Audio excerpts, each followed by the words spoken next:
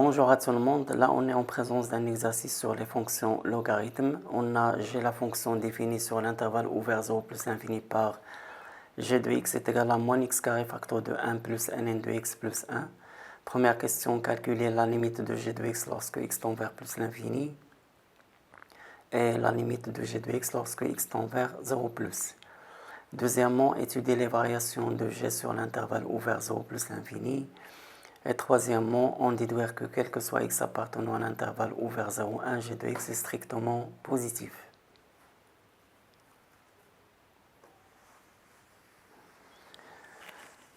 Première question, calculons la limite de g de x lorsque x tend vers plus l'infini. Alors d'après les données, c'est limite de moins x carré facteur de 1 plus ln de x, x tend vers plus l'infini. Là c'est plus 1. On a limite de moins x carré, x tend vers plus l'infini, est égal à moins l'infini. Et limite de 1 plus ln de x, x tend vers plus l'infini. Limite de ln de x quand x tend vers plus l'infini, c'est plus l'infini, plus 1, c'est plus l'infini. Donc la limite du produit, c'est moins l'infini fois plus l'infini, c'est moins l'infini. D'où limite de moins x carré facteur de 1 plus ln de x lorsque x tend vers plus l'infini est égal à moins l'infini, et si j'ajoute 1 ça reste moins l'infini. Donc la limite de g de x, x tend vers plus l'infini est égal à moins l'infini.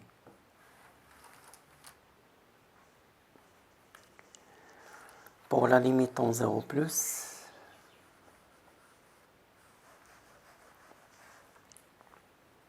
limite de g de x quand x tend vers 0 plus, la limite de ln de x lorsque x tend vers 0 plus, c'est moins l'infini.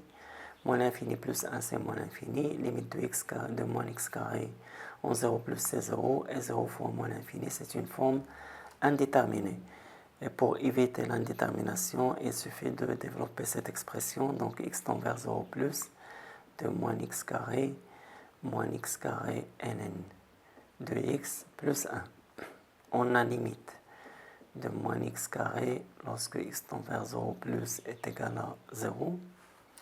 Et limite de x carré ln de x lorsque x tend vers 0 plus est égal aussi à 0, parce qu'on sait en général que limite de x à la puissance n ln de x tend vers 0 plus, c'est 0 avec n appartenant à n étoile. Alors on a ici 0, plus 0 c'est 0, plus 1 c'est 1, d'où la limite de g de x lorsque x tend vers 0 plus est égal à 1.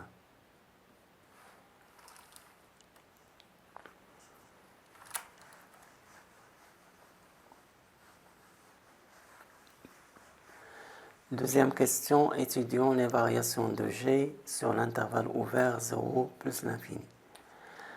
Alors on doit d'abord calculer la dérivée de la fonction g. Avant de calculer la dérivée, je montre rapidement que g est dérivable sur l'intervalle ouvert 0 plus l'infini. En effet, on sait que x donne ln de x est une fonction dérivable sur cet intervalle. Moins x carré, c'est une fonction polynôme, en particulier les dérivables sur 0 plus l'infini ouvert, donc le produit, c'est une fonction dérivable. Et si j'ajoute une constante, ça reste une fonction dérivable sur 0 plus l'infini. En fait, on a g est dérivable, pas de problème, sur l'intervalle ouvert 0 plus l'infini. Calculons g' de x, soit x un élément de 0 plus l'infini. G' de x est égal. On a ici la forme u fois v. La dérivée de u fois v, c'est u' v plus v' u. La dérivée de moins x carré, c'est moins 2x. Facteur de 1 plus ln de x. Plus la dérivée de 1 plus ln de x, c'est 1 sur x. Fois moins x carré. Et la dérivée de 1, c'est 0. Donc ça donne, si je développe moins 2x ln de x, et 1 sur x fois moins x carré, c'est moins x. En fait, g' de x est égal à moins 3x, moins 2x ln de x. Je factorise par x facteur de moins 3, moins 2, ln de x. On a x est strictement positif, parce que x appartient à cet intervalle. Donc le signe de g' de x dépend du signe de moins 3, moins 2, ln de x.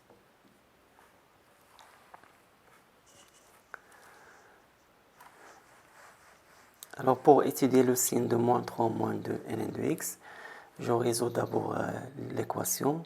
Moins 3, moins 2, ln de x égale à 0, équivalent à ln de x est égal à moins 3 demi, et ça c'est équivalent à x est égal à exponentielle moins 3 demi. Je résous une inéquation, par exemple, je choisis quand est-ce que ça est strictement positif, si seulement si de ln de x inférieur strictement à moins 3, ça c'est équivalent à ln de x inférieur strictement à moins 3 demi, ce qui est équivalent à x inférieur strictement à exponentielle moins 3 demi. Donc ça est strictement positif lorsque x vérifie cette condition. Alors le tableau de signe de g' de x, g' de x, là on travaille dans 0 plus l'infini, 0 n'appartient pas au domaine. La dérivée s'annule en exponentielle moins 3 demi. Et la dérivée est strictement positive lorsque x inférieur strictement à ce nombre. Donc là c'est plus et là c'est moins. D'où, d'après ce tableau, g est strictement croissante sur 0 exponentielle moins 3 demi, et g est strictement décroissante sur exponentielle moins 3 demi plus l'infini. La troisième question, déduisons que quel que soit x appartenant à l'intervalle ouvert 0,1, g de x est strictement positif. Alors pour voir clairement ça, on va tracer le tableau de variation de la fonction g, x, g' de x, et là c'est g de x. On travaille toujours dans l'intervalle ouvert 0 plus l'infini. La dérivée s'annule en exponentielle moins 3 demi. Le 1 il est supérieur strictement à exponentielle moins 3 demi. On a ici plus et là moins. Donc la fonction est strictement croissante. La limite en 0 plus c'était 1. Et l'image de exponentielle moins 3 demi est égale, je remplace ici. J'aurai moins exponentielle moins 3 demi, le tout au carré c'est exponentielle moins 3. Facteur de 1 plus ln de exponentielle moins 3 demi, c'est moins 3 demi. Et là, c'est plus 1. En fait, ça c'est exactement 1 plus 1 demi exponentielle moins 3. Donc 1 plus 1 demi exponentielle moins 3, elle est décroissante vers moins l'infini. L'image de 1 ici, c'est si je remplace x par 1, j'aurai là 0. 1 fois moins 1, c'est moins 1, et moins 1 plus 1, c'est 0. Donc, d'après ce tableau, on voit clairement que la fonction elle est croissante de 1 vers un nombre strictement positif, et puis elle décroît vers 0.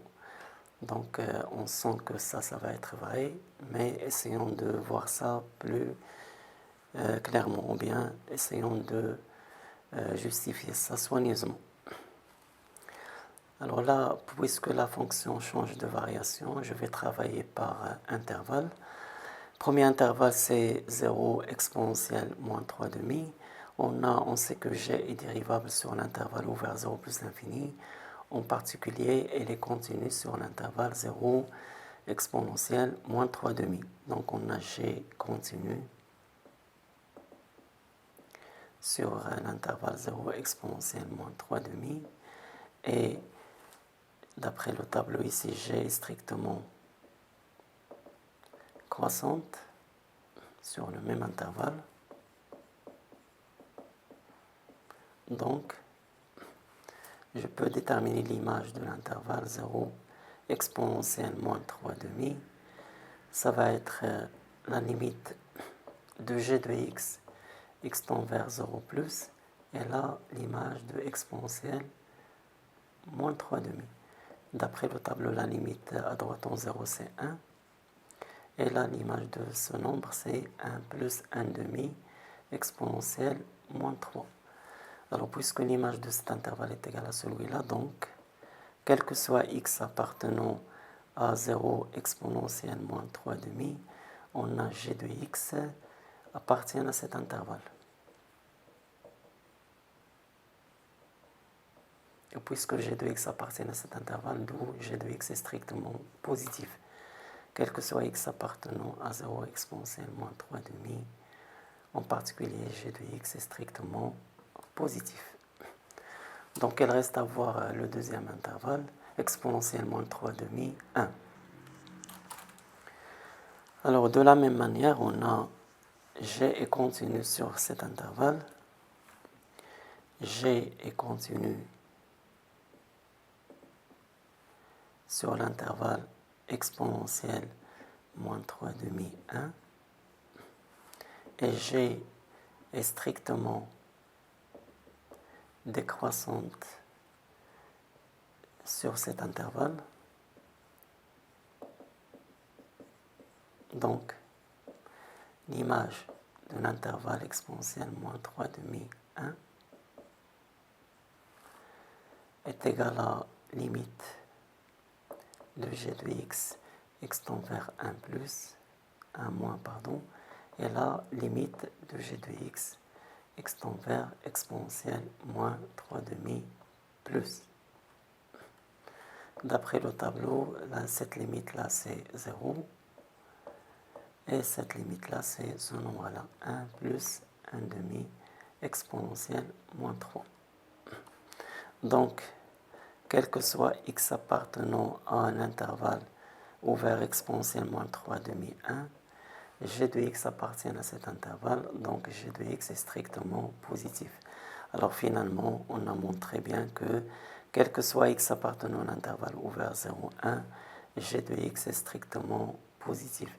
Eh bien, merci pour votre attention, à bientôt et à la prochaine.